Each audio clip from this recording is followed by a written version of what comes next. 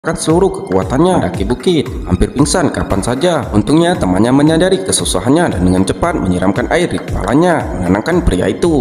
Saling mendukung, keduanya akhirnya sampai di puncak bukit yang berbahaya itu. Menjelang fajar keesokan harinya, mereka telah menempuh jarak 59 mil, tetapi hanya sekitar selusin orang yang tersisa dalam kelompok tersebut. Pada saat ini, seorang pria berkacamata mengalami patah pergelangan kaki. Rasa sakit yang hebat memaksanya untuk memperlambat langkah, tetapi ia dengan cepat menghabiskan 3 peringatannya. Dengan tembakan dari belakang, para peserta yang tersisa terjerumus ke dalam keputusasaan. Mereka telah berjalan sejauh 59 mil dan sebagian besar peserta, para pelari, telah mencapai batas fisik mereka. Beberapa tidak lagi dapat menahan siksaan dan mencoba melarikan diri, hanya untuk ditembak mati oleh para tentara. Dengan mereka yang mencoba melarikan diri kehilangan nyawa, sisa kelompok tidak berani memikirkan hal lain dan hanya bisa terus maju seperti boneka tanpa akal. Tak lama kemudian, malam kembali tiba. Meskipun hujan deras, sekitar selusin orang yang tersisa semuanya dalam kondisi fisik yang prima dan mereka berhasil sampai ke pagi hari ketiga. Namun saat ini perut rekannya tiba-tiba terasa sakit, tampaknya karena kedinginan semalam. Dia harus mengabaikan peringatan itu dan segera pergi ke toilet dalam 10 detik karena dia tidak punya waktu untuk membersihkan diri. Yang lain harus berbagi bau busuk itu dengannya. Untuk meredakan suasana tegang, pria itu dan temannya membicarakan alasan mereka berpartisipasi karena temannya telah membantunya sepanjang perjalanan. Pria itu tidak punya pilihan selain mengungkapkan tujuannya. Ternyata ayah pria itu telah dieksekusi di depan umum oleh wasit karena menganjurkan bahaya berjalan menuju kematian. Dia berpartisipasi untuk mendapatkan karabin dan membalaskan dendam ayahnya, tetapi memenangkan perlombaan lebih mudah diucapkan daripada dilakukan. Yang terpenting sekarang adalah tetap hidup. Tak lama kemudian, sekitar selusin anggota tim telah mencapai jarak 170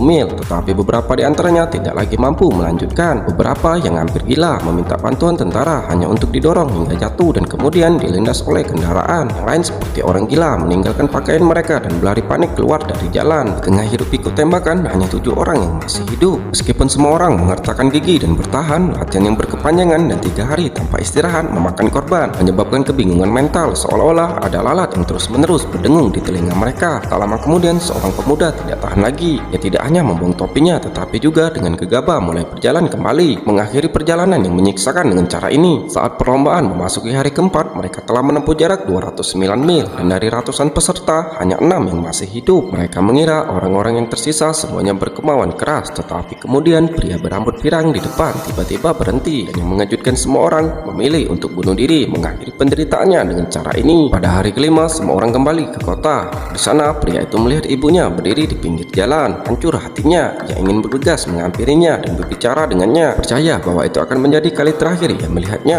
Untungnya temannya menghentikannya tepat waktu, mencegah pria itu ditembak oleh tentara. Namun ketika mereka sampai di pinggir kota lagi, pria berambut panjang di depan juga menjadi gila.